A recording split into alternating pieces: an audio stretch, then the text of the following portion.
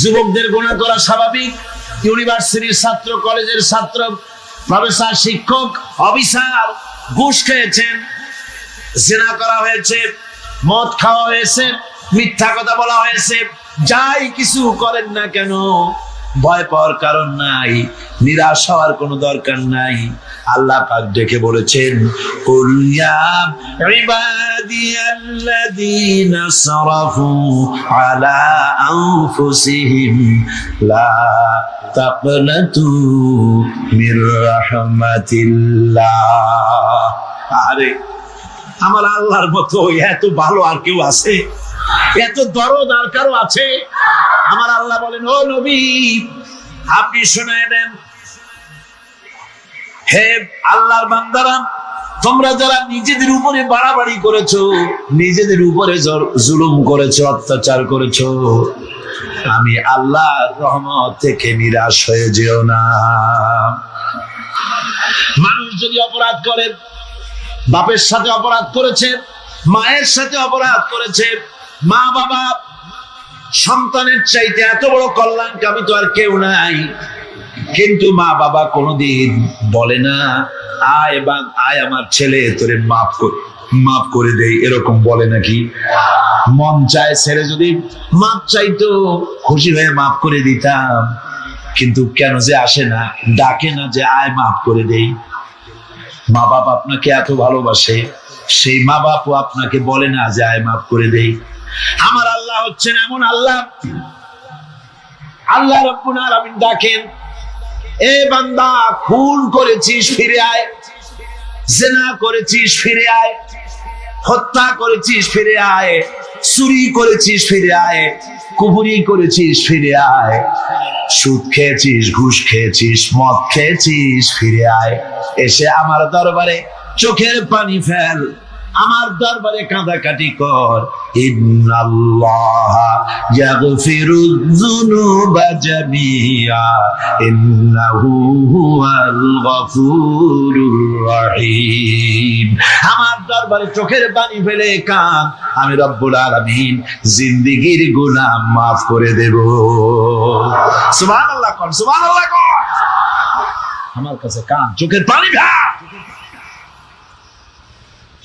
আল্লাহ রাব্বুল আলামিনের কাছে বান্দার দুইটা ফোঁটা বেশি প্রিয়। একটা হলো জিহাদের ময়দানে যে রক্ত ফোঁটা দেওয়া হয়, এটা আল্লাহর কাছে প্রিয়। আর আল্লাহর ভয়তে গুনার জন্য লজ্জা করে, অনুশোচনা করে বান্দা যখন চোখের পানি ছেড়ে দেয়, আল্লাহর কাছে এটা অত্যন্ত প্রিয়। নবীজি বলেছেন, বান্দা যখন গুনার ভয়তে, আল্লাহর ভয়তে, জাহান্নামের ভয়তে অনুশোচনা করে যখন চোখ দিয়া পানি ছেড়ে দেয়, ওই চোখের পানি নাকের অর্ধেক আসতে না আসতে আল্লাহ রাব্বুল আলামিন বান্দারে মাফ করে দেয়। আল্লাহ বরদাস্ত করতে পারেন না যে বান্দা কান্দে। আমার ভাইরা, আল্লাহ রহমত, এই পৃথিবীতে আল্লাহ রহমতকে 100 ভাগ করা হয়েছে। আল্লাহ রহমতের কত ভাগ? এই 100 ভাগের 1 ভাগ সারা পৃথিবীতে ছড়াই দেওয়া হয়েছে। আর 99 ভাগ কার কাছে? আল্লাহর কাছে। একটা ভাগ দুনিয়া ছড়ানো হয়েছে আদম আলাইহিস সালাম থেকে নিয়ে এই পর্যন্ত, এখান থেকে নিয়ে কিয়ামত পর্যন্ত পৃথিবীতে যত মানুষ আসবে, যত প্রাণী আসবে, তাদের মধ্যে প্রাণী জগতেও গাভী তার বাছুরকে ভালোবাসে, ঠিক কিনা? হাতি তার বাচ্চাকে ভালোবাসে, ঠিক কিনা? মুরগি তার বাচ্চাকে ভালোবাসে কিনা? প্রত্যেক মাই তার সন্তানকে ভালোবাসে মানুষের মতো। এই ভালোবাসা, স্নেহ, এই মমতা, এই করুণা, এই মহব্বত একটা ভাগ দুনিয়ায় দেওয়ার পর আপনি আর আমি যতটুকুন ভাগে পেয়েছি, সেই মহব্বত স্ত্রীর মহব্বতে অস্থির, মায়ের মহব্বতে অস্থির, সন্তানের মহব্বতে অস্থির। এখন চিন্তা করেন, একটা ভাগ সারা পৃথিবীতে বিতরণ করার পর যেটুক পেয়েছি, তাতে যদি এত মহব্বত হয়, তাহলে এর 99 ভাগ মহব্বত যে আল্লাহর কাছে জমা আছে, এই বান্দার জন্য তার কত মহব্বত, এই বান্দার জন্য কত করুণা তার, কত মহব্বত তার, কত দয়া তার। এজন্য আল্লাহ রাব্বুল আলামিন বলেছেন, নাব্বি ইবাদি আন্নী আনাল গফুরুর রহিম। আমার নবী সুসংবাদ দিয়ে দাও, বান্দাদেরকে শোনায় দাও যে আমি আল খামরি ওয়াল মাইসির। আল্লাহ পাক বলেন, নবী আপনারে প্রশ্ন করা হয়, কুল ফীহিমা ইসমুন কাবীর। আল্লাহ কুল দিয়া বললেন তুমি বলো। আবার বলা হলো وَيَسْأَلُونَكَ عَنِ الْأَهِلَّةِ قُلْ هِيَ مَوَاقِيتُ لِلنَّاسِ। নবী আপনাকে প্রশ্ন করা হয় চাঁদের ক্রমবর্ধমান এবং ক্রমহ্রাস, এই যে বাড়ে আর কমে, পূর্ণিমা হয় অমাবস্যা হয়, কেন হয়? আপনি বলুন, কুল, আপনি বলেন এটা আমি অক্ত এবং সময়, বছর আর দিন গণনা করার জন্য পৃথিবীবাসীদের জন্য বিনা পয়সায় একটা ক্যালেন্ডার বানাইয়া আকাশে ঝুলায় রেখেছি। এভাবে যত জায়গায় এসেছে আপনাকে প্রশ্ন করা হয়, তত জায়গায় আল্লাহ জবাব দিয়েছেন কুল, আপনি বলেন। গোটা কোরআন শরীফের ভিতরে এই একটি মাত্র জায়গা যেখানে বলা হয়েছে আপনাকে প্রশ্ন করা হয়। আল্লাহ এখানে বলতে পারতেন কুল, আপনি বলেন, আল্লাহ তোমাদের নিকটবর্তী, এভাবে জবাব হয় না। এটা কায়দাটা হলো এই, আল্লাহ বলতেছেন ওয়াইজা সালাকা ইবাদি, আমার নবী প্রশ্ন তো আমার বান্দারা আমার ব্যাপারে করেছে, এবার আপনার জবাবের কোনো দরকার নাই। প্রশ্ন আমার ব্যাপারে, আমি নিজে জবাব দিয়ে দেই, ফা ইন্নী কারীব। ও বান্দা, আমার ব্যাপারে প্রশ্ন করেছিস, জবাব আমি দেই, আমি তো সবচাইতে বেশি নিকটে। সুবহানাল্লাহ, কত নিকটে? وَنَحْنُ أَقْرَبُ إِلَيْهِ مِنْ حَبْلِ الْوَرِيدِ।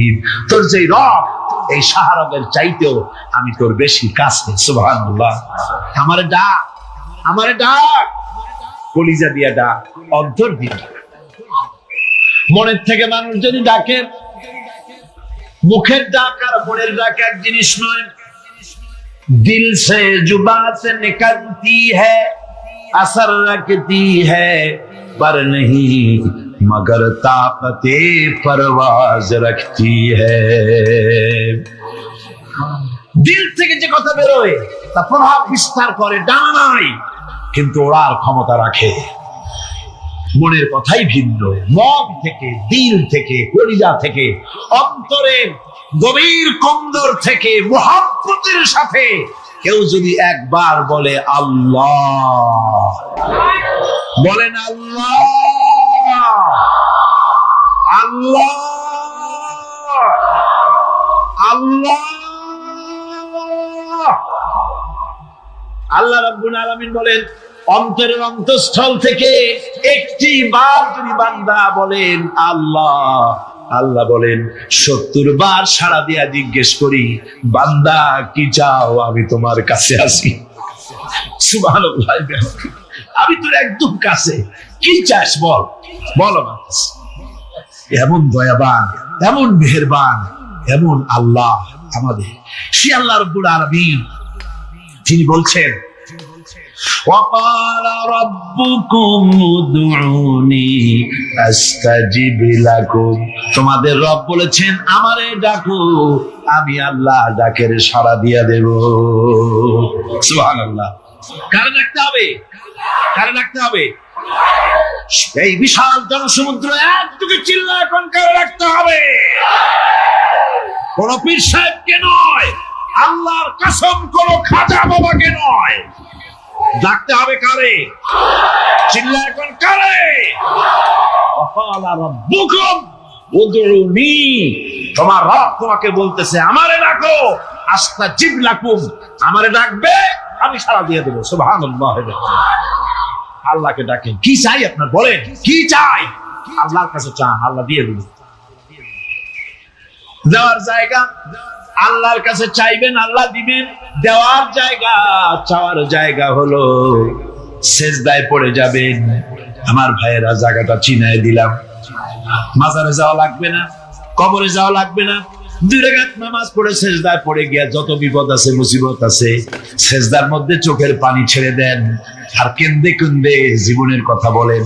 আল্লাহ রাব্বুল আলামিন আপনার আওয়াজ শুনবেন আর দোয়া কবুল করে নেবেন। কাঁদতে হবে আল্লাহর কাছে। কার কাছে? আল্লাহর কাছে। সুম্মা ইস্তাগফিরুল্লাহ, আর এরপরে সে যদি আমি আল্লাহর কাছে ক্ষমা চাই, ইয়াজিদিল্লাহ গফুরুর রহিমা, সে আমি আল্লাহকে গফুর এবং রহিম হিসেবে পাবে। সুবহানাল্লাহ। আল্লাহকে গফুর এবং রহিম হিসেবে পাওয়া যাবে। সব আল্লাহকে বলতে হবে, গুনাহ মাফ চাইতে হবে। এই জন্য হুজুর সাল্লাল্লাহু আলাইহি ওয়াসাল্লাম দৈনিক 100 বার তওবা করতেন। কোন হাদিসে আছে 70 বার, কোন হাদিসে আছে 100 তওবা করতেন।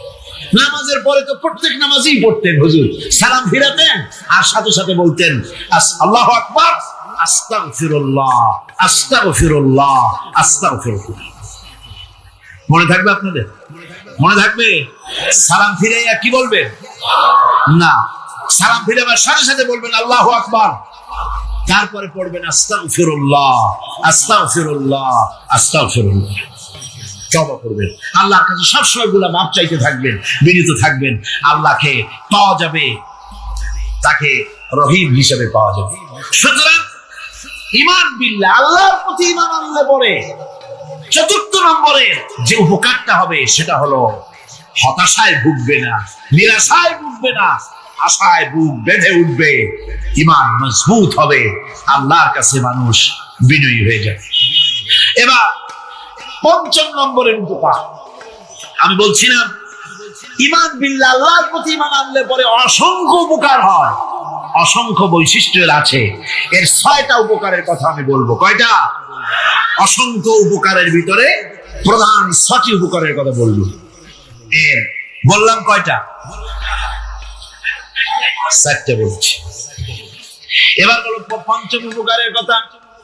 আল্লাহর প্রতি আপনি পূর্ব পশ্চিমে কতবার মুখ ঘোরালেন, এটাই কিন্তু আপনার আসল সৎ কাজ নয়। আসল সৎ কাজ হলো আল্লাহর প্রতি ঈমান আনা। এই ঈমানের ব্যাপারে 3টা দিন আমরা পার করে দিলাম, এখনো কথা শেষ হয় নাই। আল্লাহর প্রতি ঈমান আনলে পরে যে উপকারটা হবে 5ম নম্বরে, সেটা হলো কঠোর এবং কঠিন বিপদের ভিতরে বান্দার ভিতরে অবিচলতা এবং ধৈর্যের সৃষ্টি হয়ে যাবে। আলহামদুলিল্লাহ। কঠিন বিপদ মুসিবত আসলে পরে সে অবিচল থাকবে। সারা দুনিয়ার বিপদ আপদ, শত্রুতা, দুঃখ, কষ্ট, মুসিবত, জুলুম, নির্যাতন সবকিছু পাহাড়ের মতো উঁচু হয়ে তাকে ঘিরে ফেলবে, কিন্তু তাকে এক চুলও নাড়াতে পারবে না। আলহামদুলিল্লাহ। সারা পৃথিবী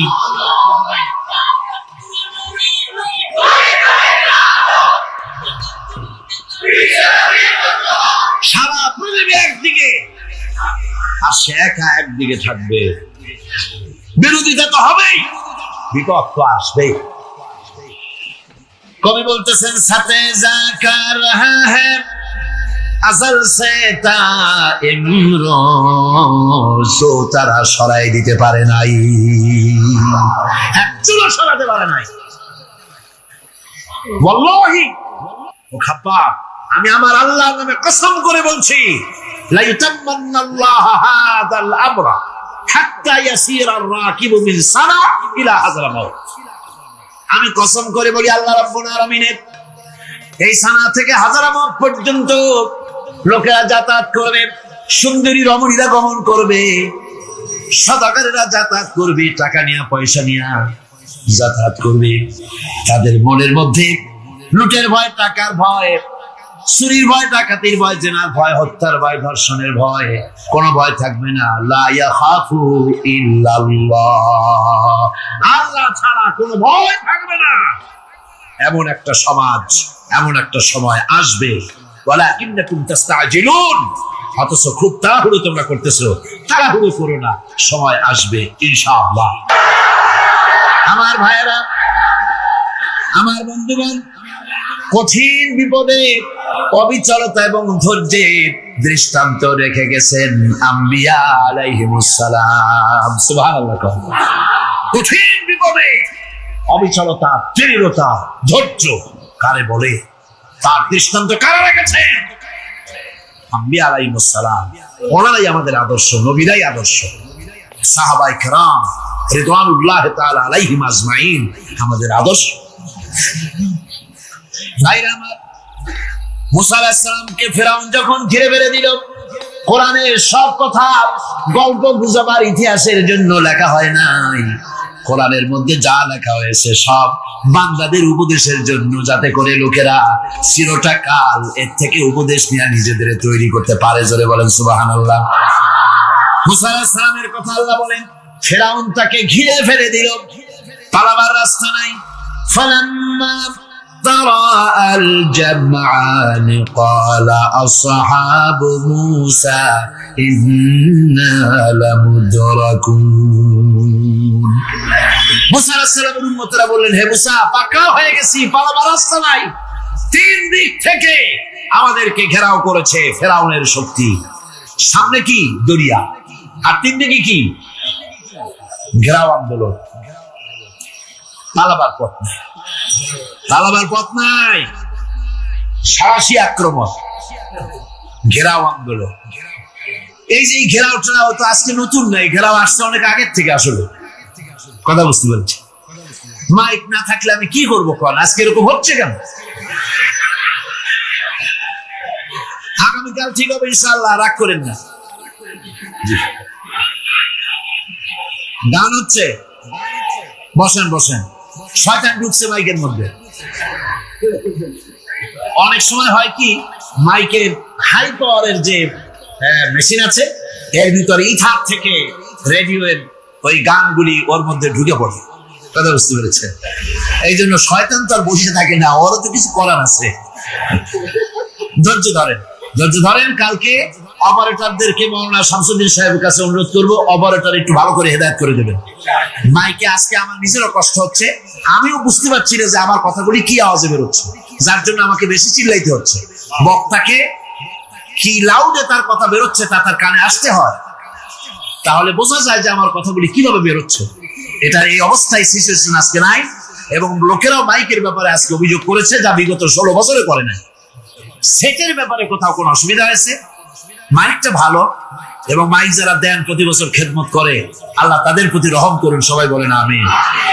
এদেরকে রাগ করে পথে পাই আবার মারধর করেন না। সিলেটের যে তাফসীর মাহফিল হয়, বিগত 19 বছর তাফসীর করেছি একটানা, এবার 20 বছর পুরো হবে ইনশাআল্লাহ। সিলেটে একটানা 20 বছর তাফসীর করতেছি সেখানে। তো মাইক, একটা লোক বিনা পয়সা মাইক দেয়, মাইকের ভাড়া সে নেয় না। তাফসীরের মাহফিলের মাইকের ভাড়া নেয় না। যে বছর এরশাদ সরকার আমাকে প্লেন থেকে নামতে দিল না, আপনাদের মনে আছে? সিলেট থেকে ফিরায় দিল। এই খবরটা মাইকম্যান যখন শুনেছে যে আমাকে নামতে দেয় নাই, ফিরাই দেওয়া হয়েছে, সাথে সাথে স্ট্রোক করেছে, হার্ট ফেল করে দুনিয়া থেকে বিদায় হয়ে গিয়েছে। সিলেটে তাফসীর হতে পারবে না, এই কথা সে বরদাস্ত করতে পারে না। আমি কেঁদেছি আর দোয়া করেছি, আল্লাহ, কোরআনের মহব্বতে লোকটার এই অবস্থা হলো, তোমার জান্নাত তুমি দয়া করে তাকে দান করে দিও। কাজে কোনো ব্যবসায়ী চায় না যে তার ব্যবসাটা খারাপ হোক, লোকেরা মন্দ বলুক। এই মাইকের ব্যাপারে আপনারা আজকে রাগারাগি করেন না, যা হয়েছে কালকে ভালো হবে ইনশাআল্লাহ। সবাই বলেন ইনশাআল্লাহ। এখন চলেন আমরা ফেরাউনের অবস্থা দেখে গিয়ে কি করতেছে ফেরাউন। মুসা আলাইহিস সালামকে ঘেরাও করে ফেলেছে, পালাবার উপায় নাই। একদিকে দরিয়া, তিন দিকে ফেরাউনের শক্তি। এই যে ঘেরাও টেরাও মানে নতুন তো না, ধর্মঘট নতুন না, পুরানা জিনিস। এই পৃথিবীতে সর্বপ্রথম ধর্মঘট কিসের উপরে হয়েছে জানেন? এই পৃথিবীর প্রথম ধর্মঘট হয়েছে পেঁয়াজ, রসুন আর ডাইলের উপরে। মুসা আলাইহিস সালামের জামানায়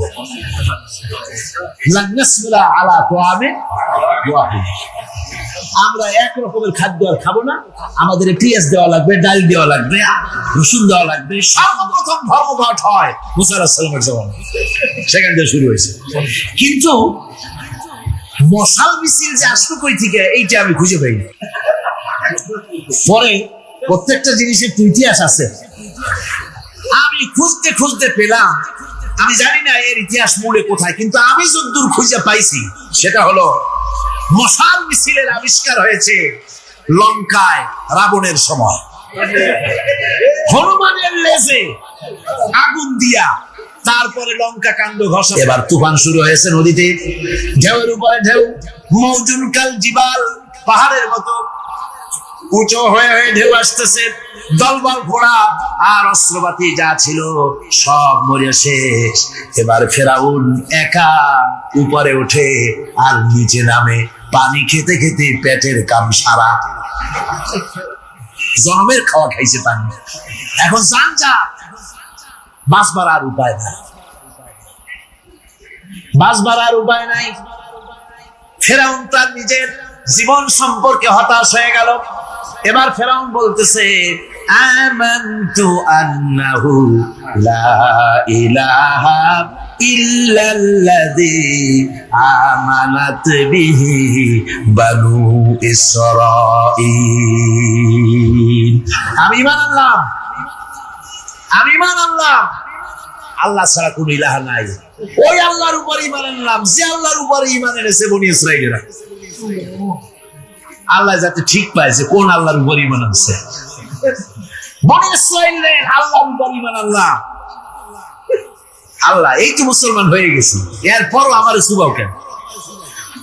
আল্লাহ রাব্বুল আলামিন জবাবে বলেন, এখন وَقَدْ عَصَيْتَ قَبْلُ وَكُنْتَ مِنَ الْمُفْسِدِينَ। এখনই মানার কথা বলছো, অথচ যুগের পর যুগ, বছরের পর বছর ধরে আমার মানুষের উপরে মন গড়া আইন চালাইছো, আমার পয়গম্বরের সাথে বেয়াদবি করেছো। আজ তোমাকে আমি ছাড়ছি না, তোমাকে আজকে ছেড়ে দেব না, আমি তোমাকে মারব। আর সমস্ত প্রাণীগুলিকে, স্থলচর প্রাণীগুলিকে আল্লাহ পাক অর্ডার দিয়ে দিলেন, এই ফেরাউনের লাশকে ডুবাবি না, পচাবি না, খাবি না। আল-ইয়াওমা নুনাজ্জিকা বিবাদানিক, আমি তোমার শরীরে বাঁচায় দেব। পোকে খাবে না, পানিতে পচবে না, মাছে খাবে না, কুমিরে খাবে না, দুনিয়ার কোনো পশুতে খাবে না। আমি তোরে শুটকি বানাইয়া রাখবো, যাতে করে দুনিয়ার সমস্ত ফেরাউন যত যুগে যুগে আসে তোরে দেখে যেন হেদায়েত নিতে পারে। ফেরাউনকে আল্লাহ শুটকি বানায় রাখছে।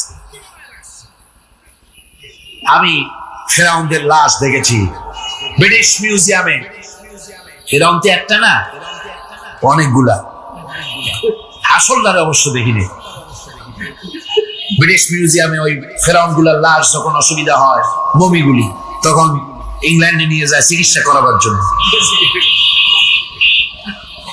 চোখ টোক আছে গর্তের ভিতরে, তারপরে চামড়া টামড়া হাড়ের সাথে মিশানো, ওইভাবে চেহারা দেখলে মনে হয় যে সত্যি ফেরাউনি গুলো। আর ব্রিটিশের কাম, মিশর থেকে নামছে এমন কোন জিনিস নাই। আমি সেখানে এক বক্তৃতায় বলছিলাম, আপনারা এদের এখন সভ্য, এদের এখন ভদ্র, এরা হলো ইন্টারন্যাশনাল সোর,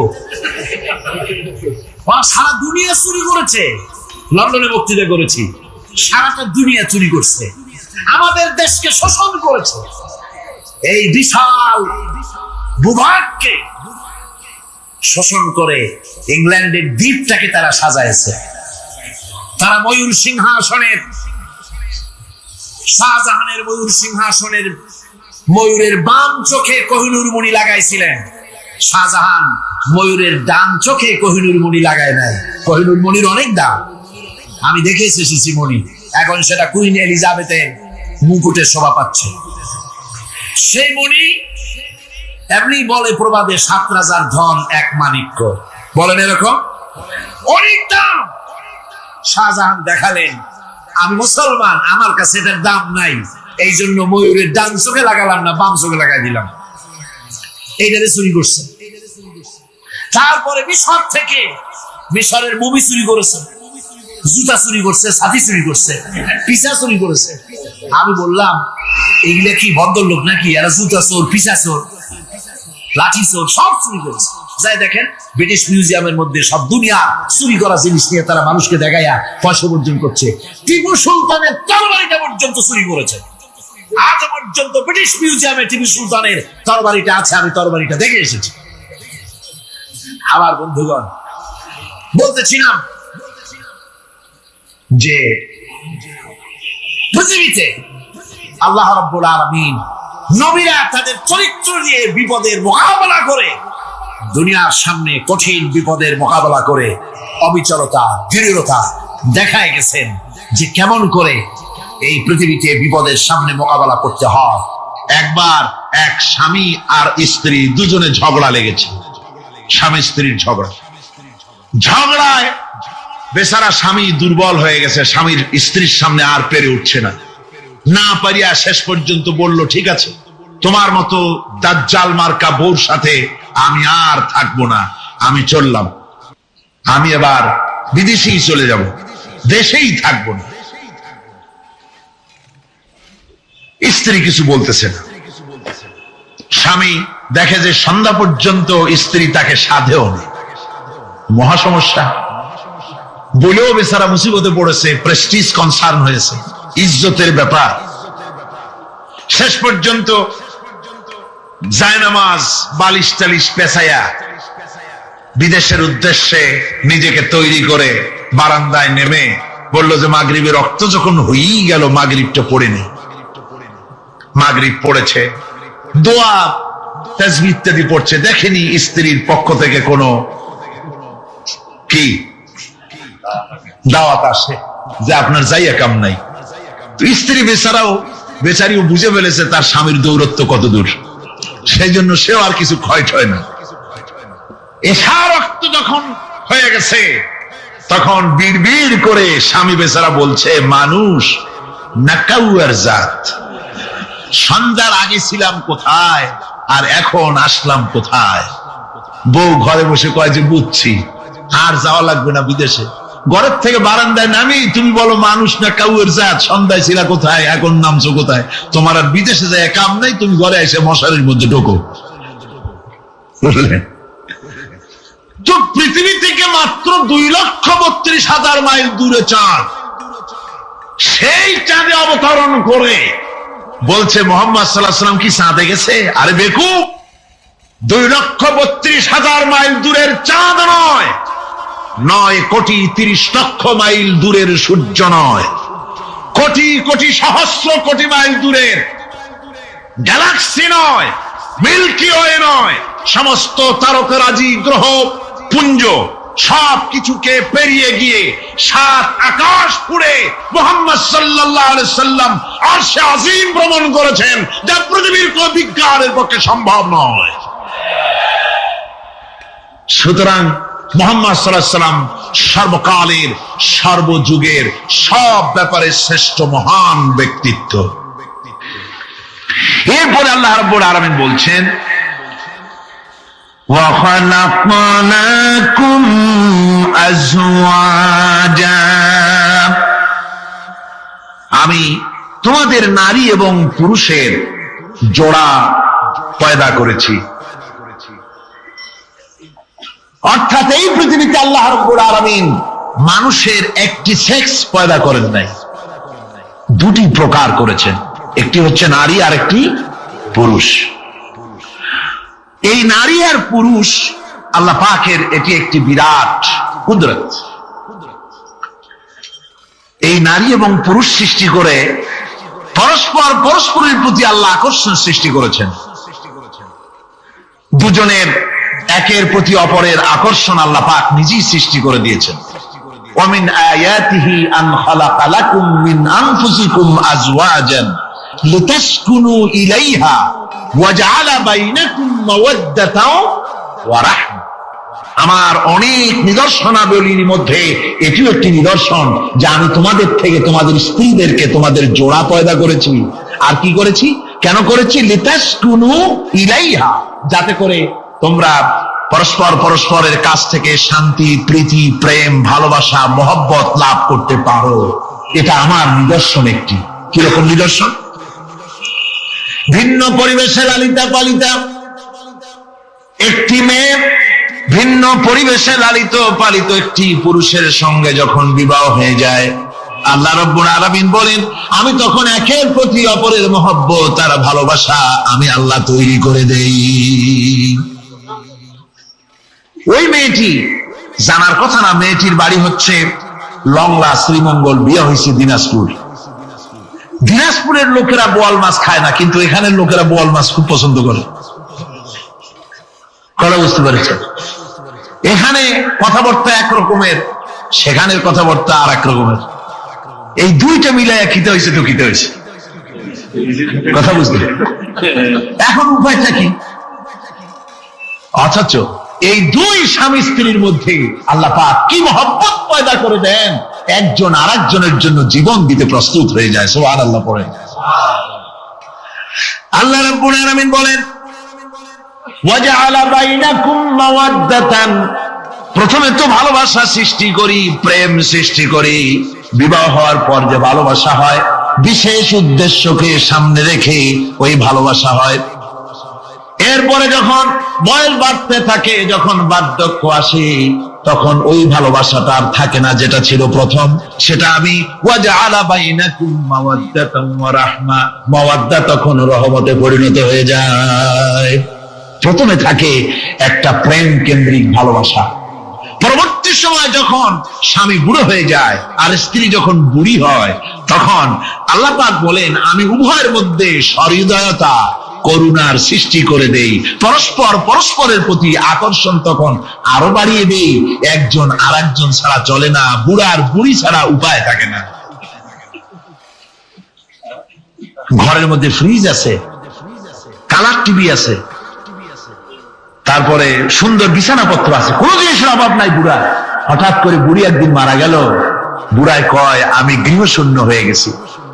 সব আছে, তারপরেও যে গৃহশূন্য হয়ে গেছি, তার মানে গৃহের প্রাণটাই চলে গেছে। বুড়া বয়সে সন্তান খোঁজ খবর নেয় না, সন্তানের বউ খোঁজ খবর নেয় না। বুড়ার গরম পানিটা, উজুর পানিটা, তার খাবারটা, তার পানটা, তার যা প্রয়োজন বুড়ি সব এগিয়ে নিয়ে আসে।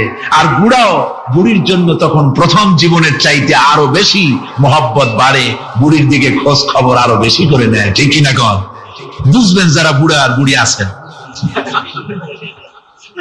আল্লাহ পাক বলেন, এটা আমি করি। কে বলছেন এ কথা? আল্লাহ পাক বলছেন, আমি করি।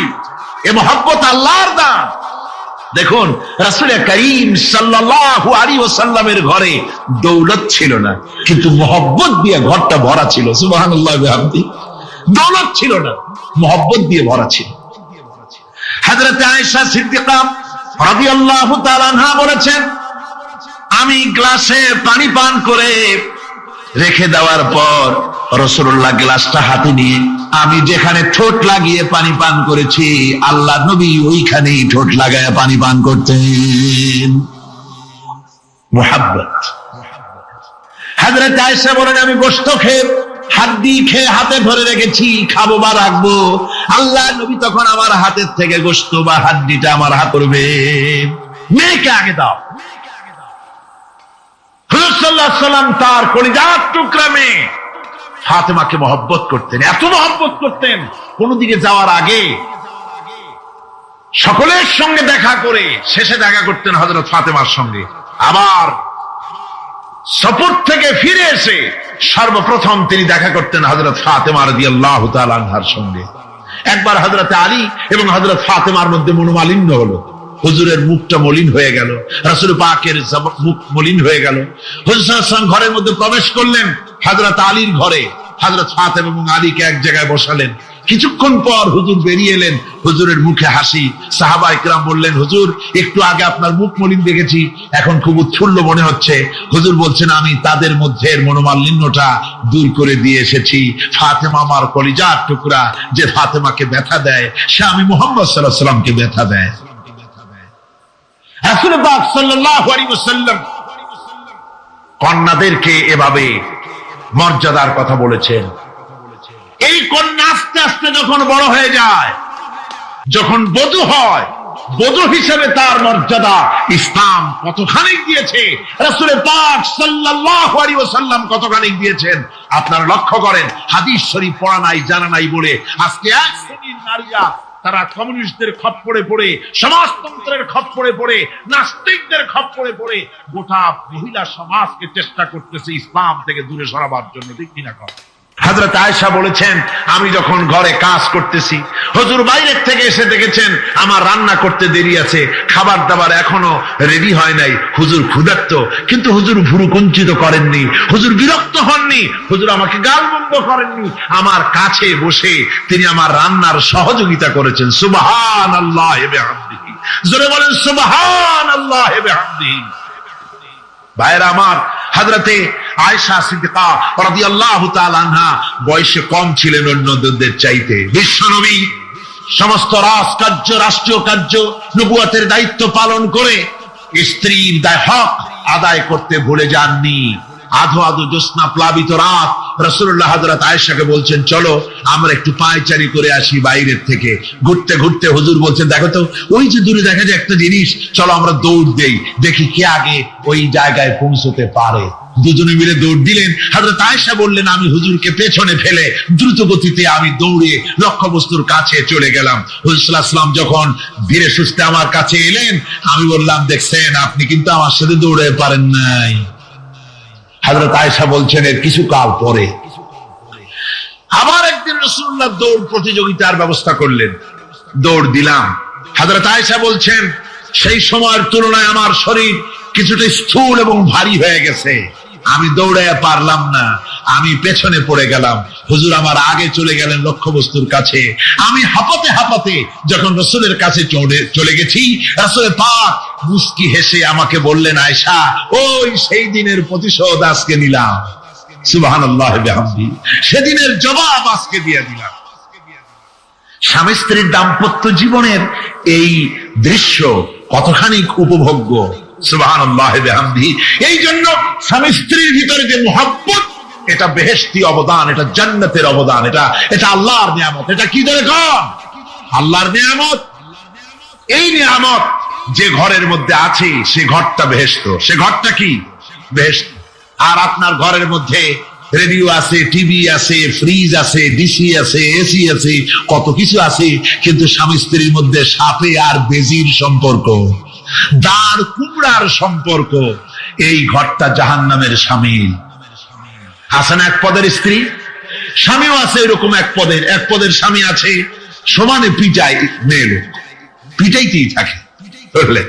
রাসূলুল্লাহ বলেছেন, খবরদার স্ত্রীদেরকে মেরো না, দাসীদের মতো প্রহার করো না, তাহলে আগামী রাত্রে যখন তার কাছে তুমি যাবে, তখন কি তোমার শরম করবে না? রাসূল পাক সাল্লাল্লাহু আলাইহি ওয়াসাল্লাম নারী পুরুষের সমান অধিকার দিয়েছে।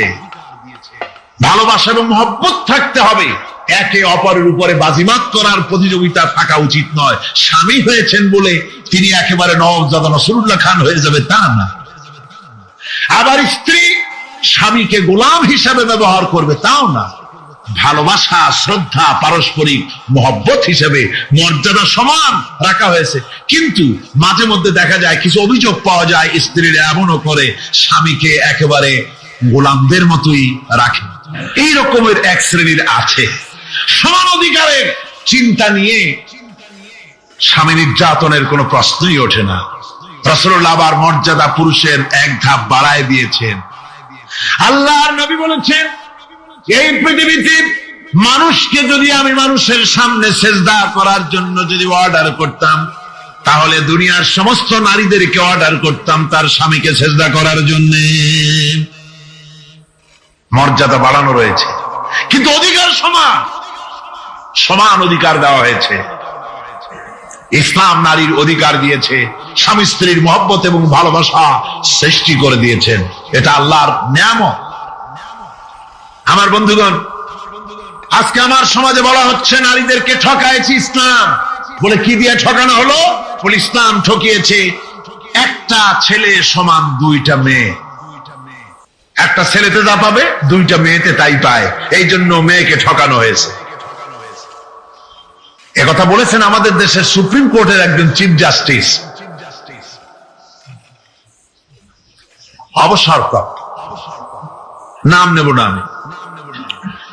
তো আমরা এটা শোনার পরে বললাম, যে বাংলাদেশ পৃথিবীর দ্বিতীয় বৃহত্তম মুসলিম দেশ, এই দেশের সুপ্রিম কোর্টের চিফ জাস্টিস হয়ে কোরআন সম্পর্কে জ্ঞান এত নগণ্য, এত কম, এত পুর, তার জ্ঞানের এই বহর দেখে আমাদের শুধু করুণাই হয়। এর জন্য যেমন হারাম কন্যা পক্ষের কাছ থেকে দাবি করে যৌতুক আদায় করা, ঠিক তেমন হারাম।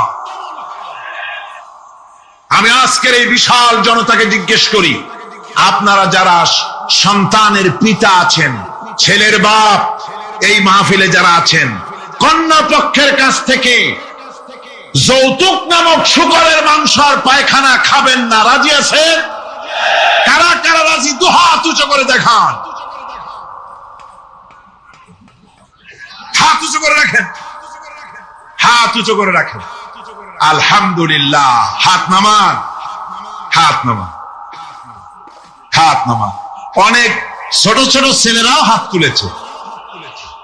আমি বলছিলাম যে ছেলের পিতারা হাত তুলবে, কিন্তু তুলছে বাচ্চারাও, অসুবিধা নাই। লক্ষ পিতা ঘুমিয়ে আছে সব শিশুদের অন্তরে, ওরাও বাপ হবে একদিন। আজকের ওয়াদা, যখন তারা ছেলের বাপ হবে, আল্লাহ তখন যেন তাদের স্মরণ করিয়ে দেন। জোরে কোন আমিন, আরো জোরে বলেন আমিন। সমাজ থেকে এই যৌতুক নামক অভিশাপকে নির্মূল করতে হবে, তাহলেই নারীর অধিকার প্রতিষ্ঠিত হবে। ওই নির্বাচিত কলমের লেখিকা, ওই দুষ্ট মহিলা, সে লিখছে নারীদের অধপতন দেখে তার খুব খারাপ লাগে, সেজন্য সে বলছে নারী শুধু ধর্ষণ, নারীরা ধর্ষিতা হবে শুধু তা হতে পারে না, নারী এবার পুরুষদের ধর্ষণ করবে। লিখেছে, লিখেছে, আমি মোটেই বানিয়ে কথা বলছি না। পুরুষকে ধর্ষণ করবে, পুরুষকে কুড়ে কুড়ে খেতে হবে। পরে আমি খবর নিলাম যে পুরুষের উপরে এই মহিলা এত খেপা কেন। আমি খবর পেলাম 8টা-10টা স্বামীর থেকে সে বিদায় হয়েছে। আল্লাহর লানত। এই মেয়ে লোকটি লেখে আর পত্রিকাগুলি তা ছাপে, জঘন্য। যেসব পত্রিকায় সব ওই লেখিকার লেখা ছাপা হয়, ওই পত্রিকা পড়া তো দূরের কথা, মুসলমানদের ওই পত্রিকা দিয়া কুলুপ নেওয়া জায়েজ নাই।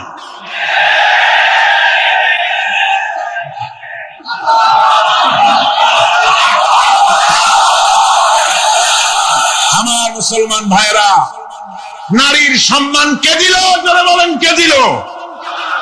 ইসলাম দিয়েছে, বিশ্ব নবী দিয়েছে নারীর মর্যাদা, নারীকে প্রতিষ্ঠিত করেছে, সম্মান দিয়েছে। বধূ হিসাবে নারীর মর্যাদা দিলেন আল্লাহর নবী। তালাক দেওয়ার অধিকার শুধু পুরুষকে দেওয়া হয় নাই। যদি মনে করেন ভুল করবেন, বিবাহ করেছেন বলে কথায় কথায় তালাক দিবেন, জায়েজ নাই। আল্লাহর নবী বলেছেন আল্লাহর কাছে 2টা হালাল হলো, জঘন্যতম নিকৃষ্টতম হালাল। একটা হচ্ছে ভিক্ষাবৃত্তি, আর একটা হচ্ছে তালাক। জঘন্য হালাল, কথায় কথায় তালাক দেওয়া যাবে না। আল্লাহ পাক বলছেন, এই কোরআনে আছে, আল্লাহ পাক বলছেন তোমরা পরস্পরের অনুগ্রহ ভুলে যেও না। অর্থাৎ এর ভাবার্থ হচ্ছে কোন ব্যাপারে স্ত্রীর উপরে যদি অসন্তুষ্ট হও, চূড়ান্ত সিদ্ধান্ত নিও না। স্ত্রীর আজকের একটা ব্যবহারে তোমার মন খারাপ হয়েছে, চূড়ান্ত সিদ্ধান্ত নিও না। এই স্ত্রীর অনেক অবদান তোমার উপরে আছে, সেই সব ভালো কথাগুলি স্মরণ করে আজকের এই জিনিসটাকে ভুলে যাও। সুবহানাল্লাহ ওয়া বিহামদিহি। ইসলাম চায় স্বামী স্ত্রীর পারস্পরিক মহব্বত চায়, ভালোবাসা চায়। নারীকে মর্যাদা দেওয়া হলো কন্যা হিসাবে, বধূ হিসাবে, এবার মাতা, মা হিসাবে মর্যাদা কার? নারীর। কার মর্যাদা? আল্লাহর নবীর কাছে প্রশ্ন হলো, ইয়া রাসূলুল্লাহ, খেদমত করব কার? হুজুর বলেন তোমার মায়ের। তারপরে কার? তোমার মায়ের। তারপরে কার? তোমার মায়ের। তারপরে কার? হুজুর বলেন তোমার পিতার। এবার আপনারা বলেন মায়ের মর্যাদা রাসূলুল্লাহ কয় গুণ বাড়ায় দিলেন? কয় গুণ? 3 গুণ বাড়িয়ে। সুবহানাল্লাহ কইতে ইচ্ছে করে না? মর্যাদা এত বাড়ালেন আল্লাহর নবী। নবীজির কাছে একজন ইয়ামেন থেকে একজন সাহাবী এসে বলেন, ইয়া রাসূলুল্লাহ, এই আমার বুড়ি মা হাঁটতে পারে না, চলতে পারে না, এই মায়ের কাঁধে করে আমি ইয়ামেন থেকে এসেছি, মাকে কাঁধে করে আমি আরাফাতের ময়দানে উকুফে আরাফা করেছি, মিনা মুজদালিফায় অবস্থান করেছি, এরপরে আল্লাহর ঘর তওয়াফ করেছি, সাফা মারওয়া সাই করেছি, হজের সমস্ত অনুষ্ঠান মাকে কাঁধে করে করেছি।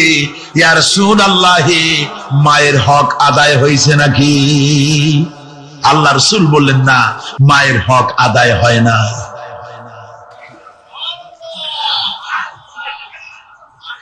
বুকের চামড়া দিয়ে সন্তান যদি মায়ের পায়ের জুতা তৈরি করে দেয়, এক ফোঁটা দুধের হক আদায় হবে না।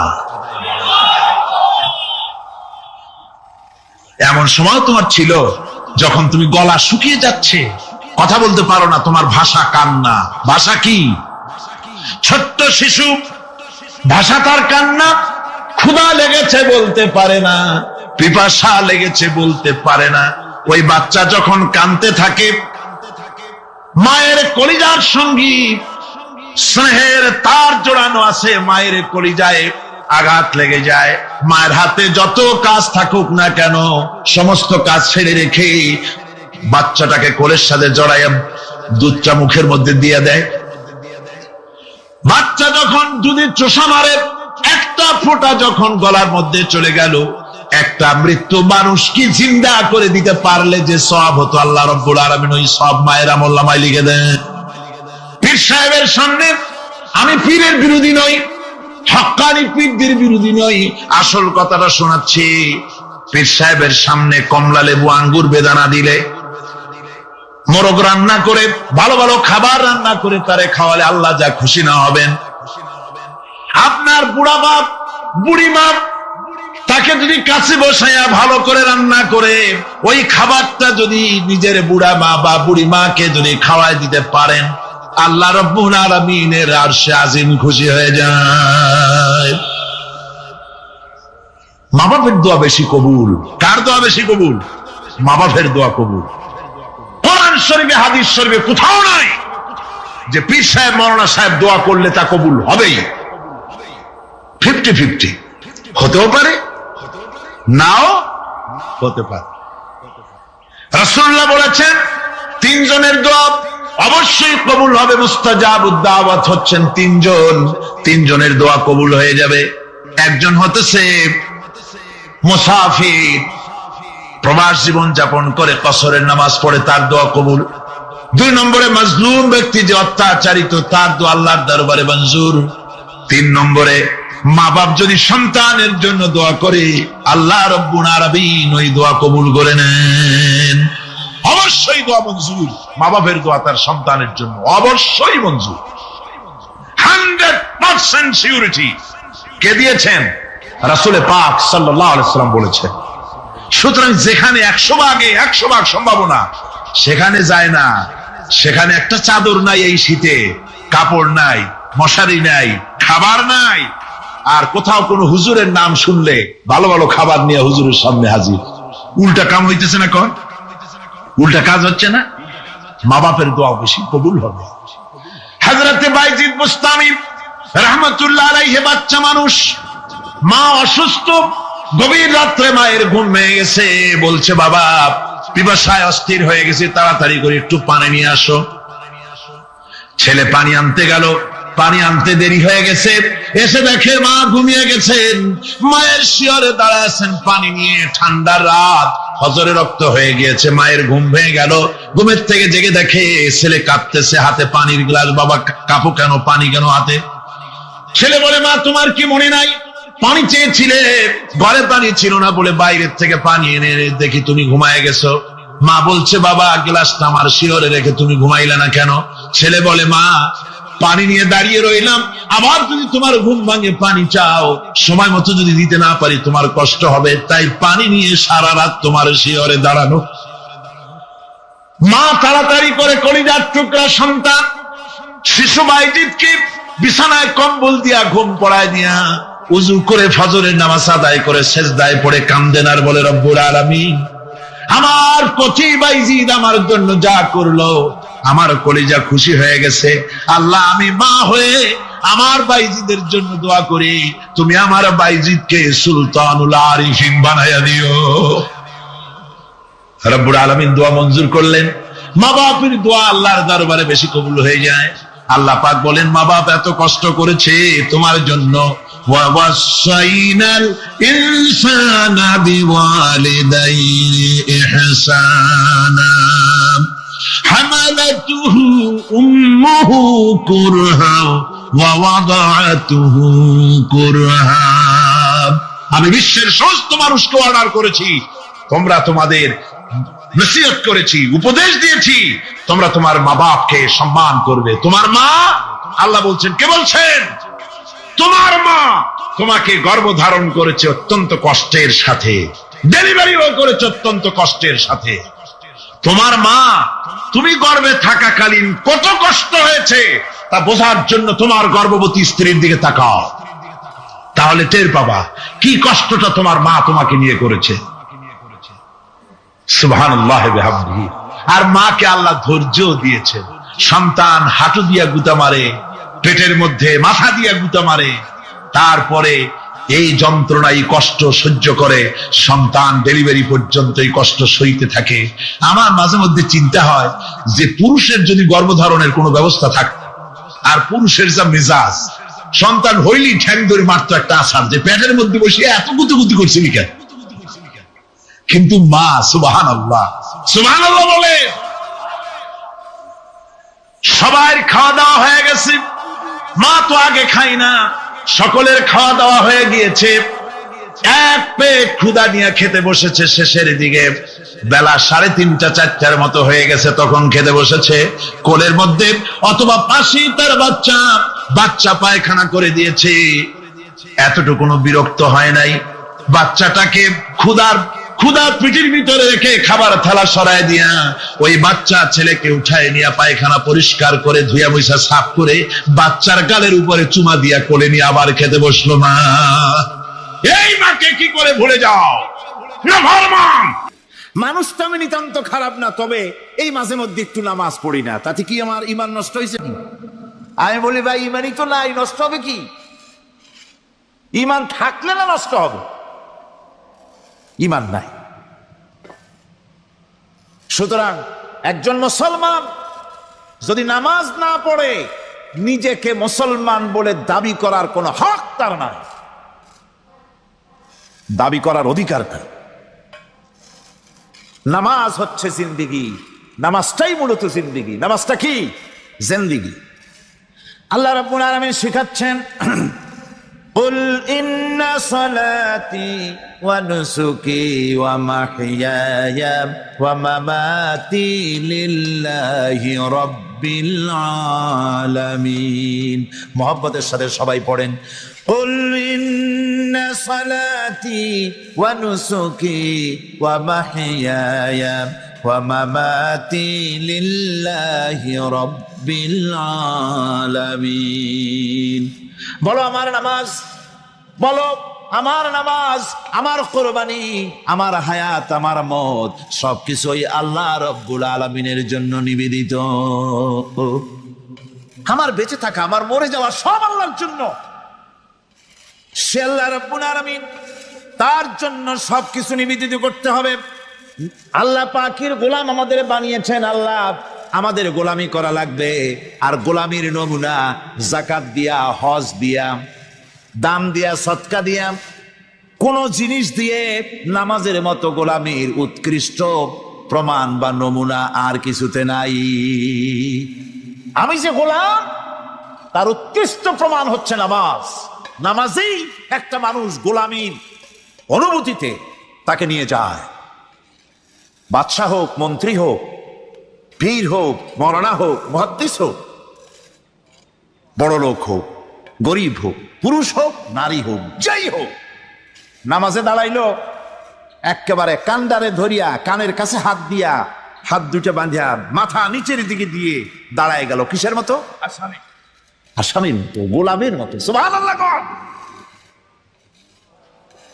এদিক ওদিক তাকাইতে পারবা না, চোখটা থাকবে সেজদা যেখানে দিবা সেখানে, তাকানো নিষেধ। সেজদার দিকে তাকাও। এরপরে যখন রুকুতে গেলেন, গোলামের নমুনা হয়ে গেল। গোলামের এরকম মাথা নিচু করে থাকতে হয় প্রভুর সামনে। গেলেন, রাজা বাদশা বড় লোক সব অহংকার চূর্ণ হয়ে গেল। নাক আর কপাল দিয়া আমার মাবুদের দরবারে মাথাটা লাগাই দিলাম জমিনের উপরে। সুবহানাল্লাহ। আমি আমার ভাষায় বলি, আমি আমার ভাষায় কথাটা এভাবে বলি, এই জমিনটা যদি কাগজ হয় আর আমার নাকটার কপালটা যদি কলম হয়, তাহলে আমি যে গোলাম দৈনিক 5 বার আমার নাক আর কপাল দিয়া জমিন নামক কাগজের উপরে, দাস খতের উপরে দৈনিক 5 বার নাক আর কপাল দিয়া সই করে দেই, আল্লাহ আমি তোমার গোলাম আর কারো গোলাম নই, আমি একমাত্র তোমার গোলাম। ঘুমের থেকে উঠে সেজদা দিয়ে বলি, দুপুরের সময় কাজ ফালাইয়া আর একবার বলি, বিকেল আসার আগে আসরে আর একবার বলি, দিন যখন শেষ হয় আর একবার বলি, রাতে যখন শুতে যাই আর একবার সেজদা দিয়া ঘোষণা করি, মাবুদ আমি তোমার গোলাম। সুবহানাল্লাহ। নামাজ হচ্ছে ইসলামের গণ্ডির মধ্যে প্রবেশের প্রমাণ। কোরআনে কারীম বলছে, ফাইন তাবু ওয়া আকামুস সালাতা ওয়া আতাউজ যাকাতা ফাইখওয়ানুকুম ফিদ্দীন। সূরা তওবা এসেছে, তারা যদি তওবা করে আর নামাজ কায়েম করে, যাকাত যদি আদায় করে, তাহলে এখন তোমাদের সে দ্বীনি ভাই, এখন ভাই হয়ে গেল। একটু আগে ছিল কাফের মুশরিক, এখন তোমার দ্বীনি ভাই। দ্বীনের গণ্ডির মধ্যে প্রবেশ করা, কলেমা পড়ার সাথে সাথেই নামাজ। নামাজ হচ্ছে দ্বীনের প্রধান গেট, দ্বীনের প্রধান তোরণ। দ্বীনের মধ্যে প্রবেশ করার জন্য এই গেট দিয়ে প্রবেশ করতে হবে। সুতরাং এই নামাজের এতই গুরুত্ব দেওয়া হয়েছে। ইসলাম যদি ক্ষমতায় আসে, আল্লাহ যেন এনে দেন, জোরে কোন আমিন। ইসলাম যদি ক্ষমতায় এসে যায়, রব্বুল আলামিন তাফসীরে মাহফিল কোরআন সামনে নিয়ে আশা করে তোমার দরবারে দোয়া করি, এই বিশাল জনসমুদ্রের দোয়া কবুল করো মাবুদ গো, এই বাংলাদেশকে ইসলামের দেশ বানাইয়া দাও। দেশটা যদি ইসলামের হয়ে যায়, আইন যদি আল্লাহর হয়, শাসন যদি সৎ লোকেরা করে, রব্বুল আলামিন কোরআন শরীফে বলেন, তাহলে তারা 4টা কাজ করবে। আল্লাযীনা মাক্কান্নাহুম ফিল আরদ আকামুস সালাতা ওয়া আতাউজ যাকাত ওয়া আমারু বিল মা'রুফি ওয়া নাহাউ আনিল মুনকার। মুমিনেরা ক্ষমতা এসে প্রথম যে কাজটা করবে, প্রথমে ক্ষমতা এসেই নামাজ বাধ্যতামূলক করবে। প্রথম কি? ওয়াজ নসিহতে অনুরোধ করা হবে না, বাবাজিরা আল্লাহর রাস্তায় নামাজটা পড়ে না। রেডিও এবং টেলিভিশনের মাধ্যমে রাষ্ট্রপ্রধান অর্ডার করে দিবেন, আজ থেকে বাংলাদেশের 12 কোটি তাওহীদি জনতা, নারী পুরুষ যারা আকেল বালিগ, সকলের জন্য নামাজ বাধ্যতামূলক, নামাজ পড়তেই হবে। এটা অর্ডার। বেলা যখন 1টা বেজে যাবে, বেলা যখন 1টা বাজবে, সমস্ত মসজিদে আজান শুরু হয়ে যাবে। আজানের সাথে সাথে অফিস, আদালত, কল কারখানা, ক্ষেত খামার, শিক্ষাঙ্গন সব ডেডলক হয়ে যাবে। আধা ঘন্টার জন্য বন্ধ হয়ে যাবে। যারা মুসলমান অফিসে, কলেজে, ইউনিভার্সিটিতে, সর্বত্র তারা নামাজের জন্য প্রস্তুতি নেবেন। আধা ঘন্টার ভিতরে নামাজ আর খানা সেরে আবার কলেজ চলবে, বিশ্ববিদ্যালয় চলবে, কল চলবে, কারখানা চলবে, ক্যান্টনমেন্ট চলবে, সেক্রেটারিয়েট চলবে, সব আপন গতিতে চলতে থাকবে। আল্লাহর রহমত, বরকত আকাশ ফেরে নাজিল হয়ে যাবে। আর এই অর্ডার যে দেওয়া হবে, নামাজ পড়বেন, সেখানে থানায় যখন আজান হবে, থানায় আজান হয়ে গেছে, থানার স্টাফ, পুলিশ যারা আছে জামাতে খাড়া হয়ে যাবে, ইমামতি করবেন ওসি সাহেব। এসপির অফিসে এসপি সাহেব ইমামতি করবেন। ডিসি সাহেব তার অফিসে ইমামতি করবেন, মন্ত্রী সেক্রেটারিয়েট ইমামতি করবেন, প্রেসিডেন্ট বঙ্গভবনে ইমামতি করবেন, বিশ্ববিদ্যালয়ের ভাইস চ্যান্সেলরের ইমামতিতে সে জায়গার মুসলমান ছাত্র ছাত্রী, শিক্ষক শিক্ষয়িত্রী এক জামাতে নামাজ আদায় করবে। এই যদি হয় চিত্র দেশের, অপরাধ থাকবে? থানায় ওসি সাহেব নিজেই যদি জামাতের ইমামতি করেন, এইভাবে নামাজ আদায় করেন পুলিশদের নিয়ে জামাতে, ঘুষ আর খাবে তারা? এসপি সাহেবের অফিসে, ডিসি সাহেবের অফিসে মন্ত্রীরা যদি এভাবে নামাজ কায়েম করে, তাহলে কি অন্যায় অপরাধ কিছু থাকবে সমাজে? থাকবে না। সুতরাং নামাজ বাধ্যতামূলক করে দেওয়া হবে। নামাজ বাধ্যতামূলক, সকলকে নামাজ পড়তে হবে। নামাজ হচ্ছে অপকর্মের প্রতিবন্ধক। নামাজ পড়লে অন্যায় কাজ থেকে বাঁচার পর, অন্যায় থেকে বাঁচাই কিসে? নামাজ। আল্লাহ রাব্বুল আলামিন বলেন, উতলু মা উহিয়া ইলাইকা মিনাল কিতাবি ওয়া আকিমিস সালাম ইন্নাস সালাতা তানহা আনিল ফাহশাই ওয়াল মুনকার।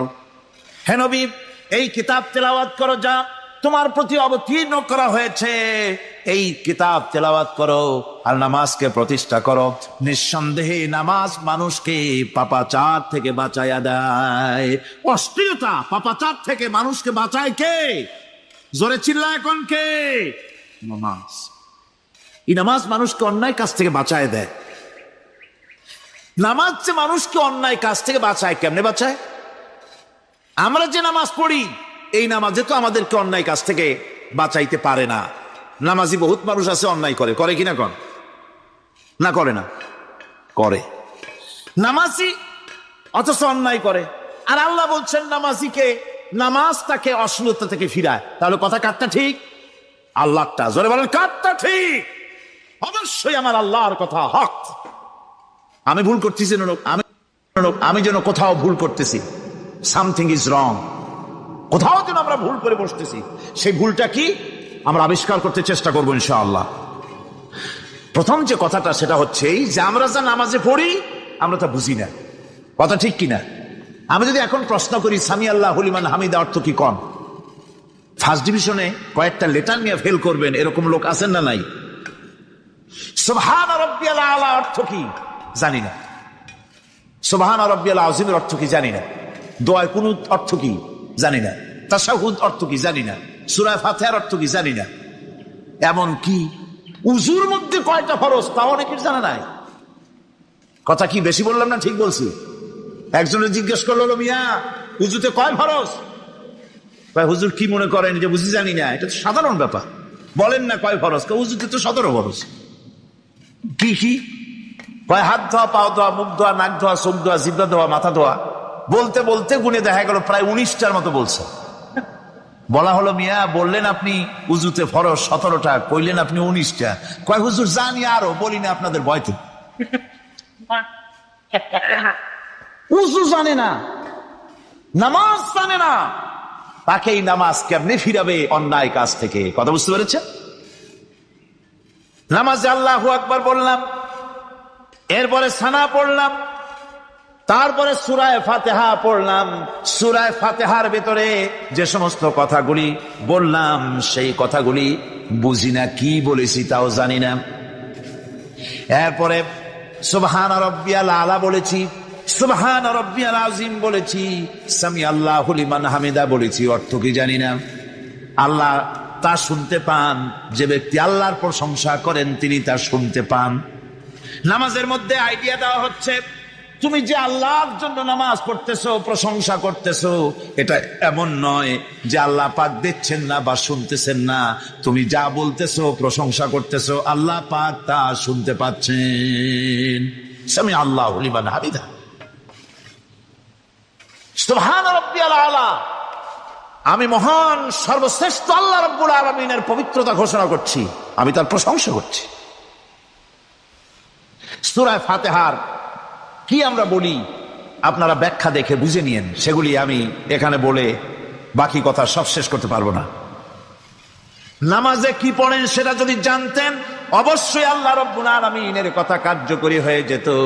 ইন্নাস সালাতা তানহা আনিল ফাহশাই ওয়াল মুনকার। নামাজ মানুষকে পাপের কাজ অশ্লীলতা থেকে ফিরাতে পারে। আল্লাহ ইন্না বসাইছেন, নিশ্চয়ই, বেশক, অবশ্যই নামাজ পাপ থেকে ফিরাবে। কিন্তু কেমনে ফিরাবে নামাজ তো বুঝি না, নামাজ তো বুঝি না। খালি সেজদা দেয় জনমের মতো। আর সেজদা কি? নামাজে যদি দেখে ইমাম দেরি করতেছে, আত্তাহিয়াত পড়তে দেরি হয়ে যাচ্ছে, পিছন থেকে সিগন্যাল মারে, ঠিক কিনা? বেয়াদব, বেয়াদব। তোমার নামাজ, তোমার আত্তাহিয়াত আগে শেষ হয়েছে, তাতে কি হয়েছে? চুপ করে বসে থাকো। ইমামকে কাশি দিয়া সতর্ক করার অধিকার তোমার নাই। যদি ইমামকে সতর্ক করার জন্য কাশি দিয়ে থাকো, তোমার নামাজ ফাসেদ হয়ে যাবে। এটা ফাজলামি করার জায়গা না, এটা নামাজ। এর নাম কি?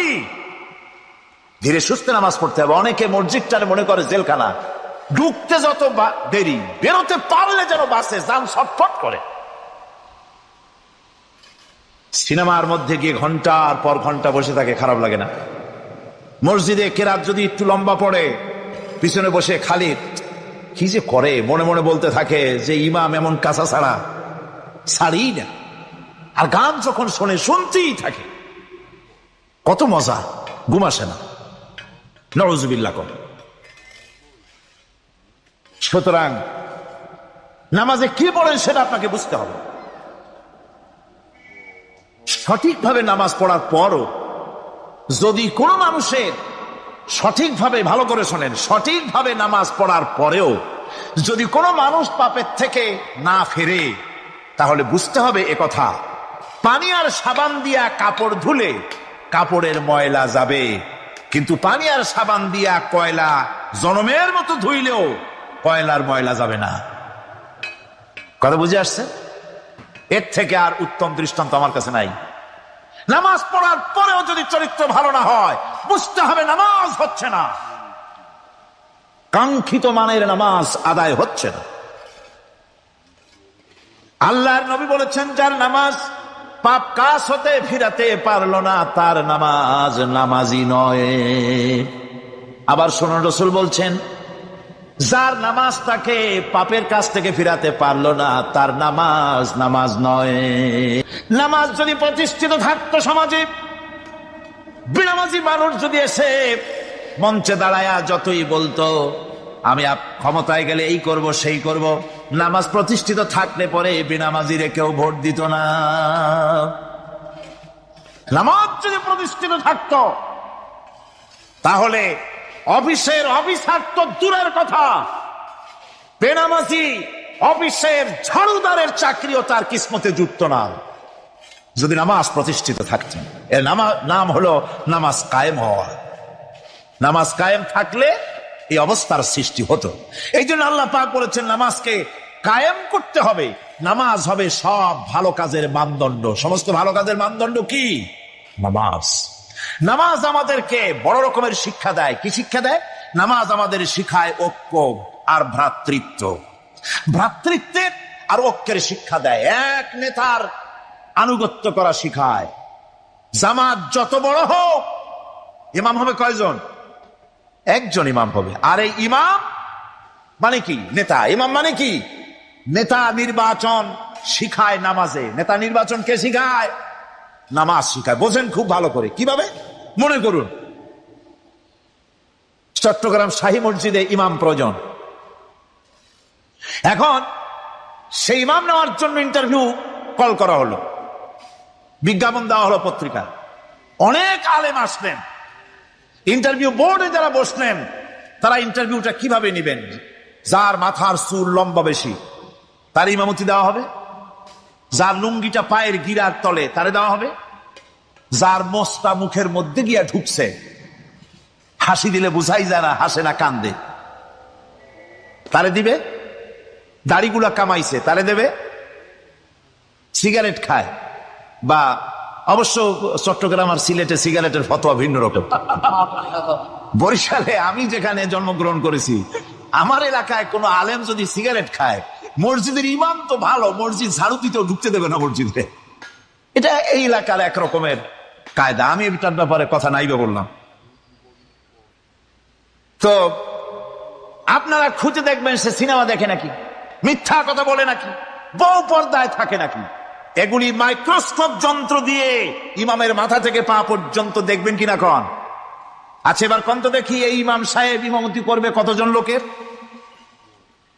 500, 1000, শাহী মসজিদে ধরেন 5000 লোক হইল, 5000 লোক, 5000 লোকের ইমাম নির্বাচনের সময় পা থেকে শুরু করে মাথা পর্যন্ত দেখেন, এমনকি বউ পর্যন্ত। বৌমনি আনিয়ে দেখেন না, পর্দায় থাকে কিনা এইটা আপনারা দেখেন, ঠিক কিনা? এ খবরটা নেন। 5000 লোকের একটা ইমাম বানাতে গিয়ে মাইক্রোস্কোপ যন্ত্র দিয়ে দেখেন মোষ কেমন, দাড়ি কেমন, চুল কেমন, পাও কেমন, হাত কেমন, হাতে নখ লম্বা কিনা, দাঁতে সাথা কিনা, বউ পর্দায় থাকে কিনা, মিথ্যা কথা কয় কিনা, এত দেখেন। আর যখন নির্বাচন আসে তখন 2.5 থেকে 3 লক্ষ মানুষের জন্য একজন এমপি নির্বাচিত হয়। সেই ইমামকে বাছাই করার জন্য নামাজ পড়ে কিনা, জিনাকার কিনা, মদখোর কিনা, সুদখোর কিনা, ঘুষখোর কিনা, বদমাশ কিনা, বাছাই করা হয় না।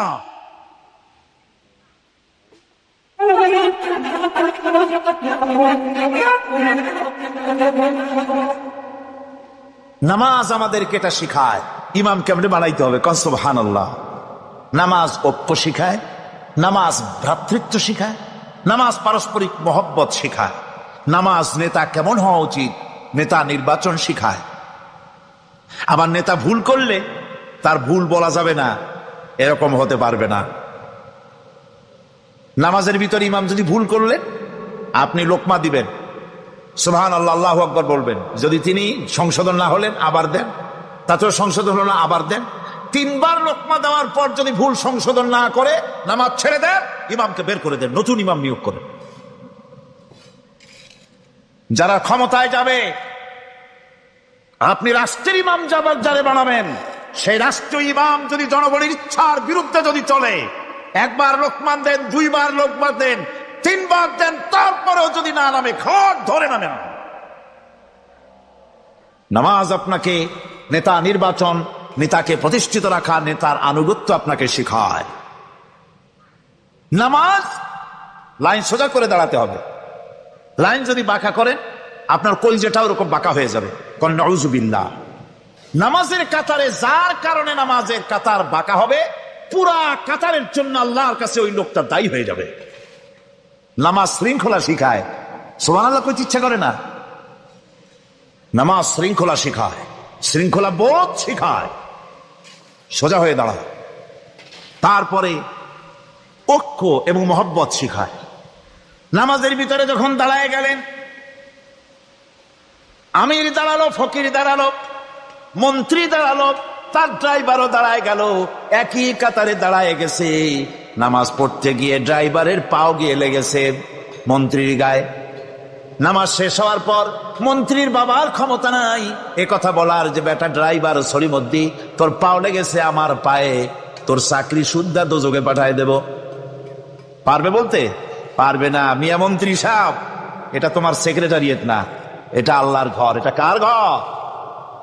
এক হি সব মে খড়ে হো গয়ে মাহমুদ ও আয়াজ, এক হি সব মে খড়ে হো গয়ে महमूद आयाज, न कोई बंदा रहा न कोई बंदा नवाज। একই কাতারে দাঁড়িয়ে গেছে সম্রাট মাহমুদ আর চাকর আয়াজ। এখন সম্রাট মাহমুদও নাই, চাকর আয়াজও নাই, সম্রাট আর চাকর দুজনই আল্লাহ পাকের গোলাম হয়ে গিয়েছে। তুমি মসজিদে এসেছো, তুমি আল্লাহর গোলাম। কার গোলাম? আল্লাহ পাকের গোলাম। এই জিনিস শিখায় নামাজ। নামাজ শিখায় মানুষকে পাঞ্চুয়ালিটি, নিয়মানুবর্তিতা, সময়ের জ্ঞান শিখায় নামাজ। নামাজ মানুষকে কি শিখায়? আল্লাহ রাব্বুল আলামিন বলছেন, ইন্নাস সালাতা কানাত আলাল মুমিনিনা কিতাবাম মাওকুতা। নিঃসন্দেহে নামাজ মোমেনদের নিয়মানুবর্তিতার সাথে ফরজ করা হয়েছে, তাদের উপরে নিয়মানুবর্তিতার উপরেই, সময়ের উপরে নামাজকে ফরজ করা হয়েছে। আপনার আন্দাজ মতো আপনি পড়তে পারবেন না, সময় মতো পড়তে হবে, আউয়াল ওয়াক্তে পড়তে হবে, আমার দেশের মসজিদগুলিতে ফজরের নামাজ পড়া হয় এমন সময় পূর্ব দিক ফর্সা হয়ে যায়। ইমাম সাহেব যদি ভুল করেন, নামাজ যদি দোহরাতে যান, তাহলে সূর্য উদয় হয়ে যাবে, এমন অবস্থা। নামাজ এত দেরিতে পড়া হয়। প্রত্যেক ওয়াক্তের নামাজ আউয়াল ওয়াক্তে পড়ার জন্য রাসূল সাল্লাল্লাহু আলাইহি ওয়াসাল্লাম তাগিদ করেছেন। সময়ের দিকে লক্ষ্য রাখতে বলা হয়েছে। যেই জাতি, লক্ষ্য করুন, যে জাতি দৈনিক 5 বার টাইমলি, অক্ত মতো, সময় মতো নামাজ আদায় করতে হয়, দুর্ভাগ্যজনক সত্য, সেই জাতির কাছে সময়ের কোনো দাম নাই। সময়ের দাম নাই। 9টার গাড়ি কয়টায় আসবে? 9টার গাড়ি কয়টায় আসবে? একদিন দেখা গেল সত্যিই 9টার সময় এসে গেছে। যাত্রীরা বলছে মাশাআল্লাহ, অন্তত একটা দিন তো 9টার সময় আসলো। স্টেশন মাস্টার বলছে না, খুশি হওয়ার কারণ নাই, আজকের না, এটা গতকালকেরটা। আমার আমেরিকার সফরের সময়, যে বাড়িতে আমি আমেরিকায় থাকি, কুইন্স এলাকায়, নিউ ইয়র্ক সিটিতে, সে বাড়িওয়ালা চাকরি করে। সে আমাকে বলল 10টি বছর আমি একটা ট্রেনে যাতায়াত করি। সে বলছে রাত 3:45 ট্রেনটা আসে, ওই ট্রেনে চড়ে সে তার কর্মস্থলে যায়।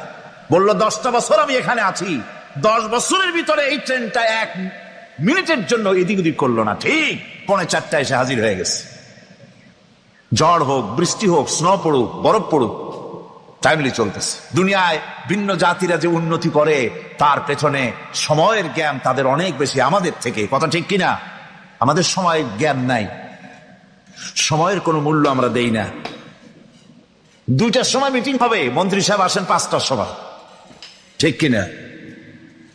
বক্তৃতার জন্য সময় দেওয়া হয়েছে 20 মিনিট। নাহমাদু ওয়া নুসাল্লি আলা কইয়া সুর দিয়া 35 মিনিট গেছে নাহমাদু কইতে কইতে। সময় 20 মিনিট, তার মনেই নেই। এই যে সময়ের জ্ঞান নাই, এটা ব্যর্থতা। নামাজ মানুষকে সময়ের জ্ঞান শিখায়। কোন আলহামদুলিল্লাহ। এই সময়ের জ্ঞান আমাদেরকে শিখতে হবে। এবার আমি আপনাদের সামনে বলতে চাই, আল্লাহর নবী জনাবে মুহাম্মদ রাসূলুল্লাহ সাল্লাল্লাহু আলাইহি ওয়াসাল্লাম নামাজের ব্যাপারে কি বলছেন। এতক্ষণ তো আল্লাহর কথা শোনালাম, কার কথা শোনাইছে? আমার আল্লাহর নবী বলেন, নবীকে প্রশ্ন করা হলো, ইয়া রাসূলুল্লাহ, আইয়ু শাইইন আহাব্বু ইনদাল্লাহি ফিল ইসলাম? ইসলামের মধ্যে আল্লাহর কাছে কোন জিনিসটা বেশি প্রিয়? আল্লাহর কাছে ইসলামের কোন জিনিসটা বেশি প্রিয়? হুজুর বললেন, as-salatu li waqtiha, মান তারাকা সালাতান ফালা দীনা লাহু ওয়াস-সালাতু ইমাদুদ্দিন।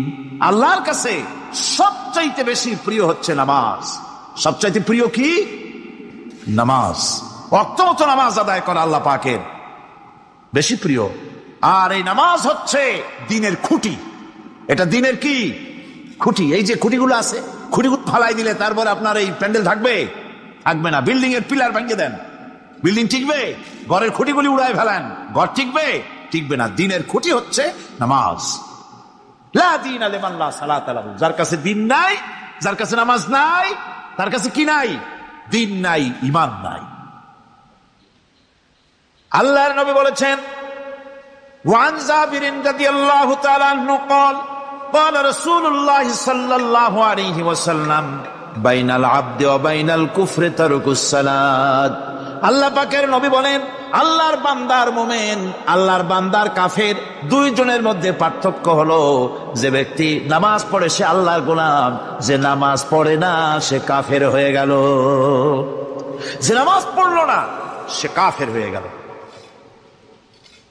মান তারাকা সালাতান মুতাআম্মিদান ফাকাদ কাফারা। যে ব্যক্তি ইচ্ছে করে নামাজ ছেড়ে দিল সে কাফের হয়ে গেল। বলেন নাউযুবিল্লাহি মিন যালিক।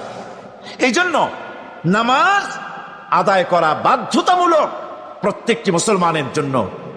রাসূল করিম সাল্লাল্লাহু আলাইহি ওয়াসাল্লাম একটা দৃষ্টান্ত দিয়েছেন। কারো বাড়ির সামনে যদি একটা নাহার থাকে, একটা পুকুর থাকে, একটা খাল থাকে প্রবাহিত, এতে যদি ওই বাড়িওয়ালা দৈনিক 5 বার গোসল করে, তাহলে তার গায়ে কি কোনো ময়লা থাকে? হুজুর, সাহাবীরা বললেন, না হুজুর, থাকে না। হুজুর বললেন, এটাই হলো নামাজের দৃষ্টান্ত। 5 ওয়াক্ত নামাজ যে আদায় করবে, সে গুনাহ থেকে আল্লাহ পাক তাকে পবিত্র করে দিবেন। সুবহানাল্লাহি ওয়া বিহামদিহি। আমার ভাইয়েরা, নামাজ পড়লে পরে এক জুমা থেকে আর এক জুমা পর্যন্ত মানুষ যে সমস্ত গুনাহ করে, কবিরা গুনাহগুলি বাদে, শিরক আর কবিরা গুনাহগুলি বাদে যত গুনাহ আছে তার কাফারা হয়ে যায়। নামাজ যে সঠিকভাবে আদায় করবে, এই নামাজটা একটা কঠিন কাজ। নামাজটা কি কাজ? কে বলতেছেন এ কথা? আল্লাহ পাক। ওয়া ইন্নাহা লাকাবীরাতুন ইল্লা আলাল খাশিঈন। নামাজ একটা ভারী জিনিস, একটা কঠিন জিনিস। কাদের জন্য কঠিন নয়? যারা নাকি আল্লাহ পাককে ভয় করে। আল্লাযীনা ইয়াযুন্নুনা আন্নাহুম মুলাকু রাব্বিহিম ওয়া আন্নাহুম ইলাইহি রাজিউন। যারা নাকি একথা মনের ভিতরে ধারণা করে যে আল্লাহ রাব্বুল আলামিনের দরবারে আমার হাজির হওয়া লাগবে, মোলাকাত করা লাগবে, এই চিন্তা যারা করে তাদের জন্য নামাজ মোটেই কষ্টকর নয়, নামাজ মোটেই তাদের জন্য অসহনীয় নয়, বোঝা নয়, ভার নয়। তারা নামাজ আদায় ঠিকই করবে। এই জন্যে বিবি বাল বাচ্চা সকলকে নামাজের জন্য তাগিদ করতে হবে। যত ভাই এখানে এসেছেন নিজেরা পড়বেন, বিবি বাল বাচ্চাকে তাকিদ করবেন। আল্লাহ পাক বলছেন ওয়ানজির আশীরাতাকাল আকরাবিন, তোমার নিকটবর্তী যারা আছে তাদেরকে তুমি আল্লাহর ভয় দেখাও। নামাজের জন্য তাদেরকে বলো আল্লাহর ভয় তাদের অন্তঃকরণের মধ্যে সৃষ্টি করে দাও। আর এই নামাজ পড়তে হবে জামাতের সাথে। নামাজ পড়তে হবে কিসের সাথে? জামাতের সাথে। রাসূল করিম সাল্লাল্লাহু আলাইহি ওয়াসাল্লাম বলছেন, হুজুরের কাছে, আল্লাহর নবীর কাছে, হযরতে আবু হুরায়রা রাদিয়াল্লাহু তাআলা আনহু হাদিসটি বর্ণনা করেছেন। হুজুরের কাছে একজন অন্ধ লোক এলো।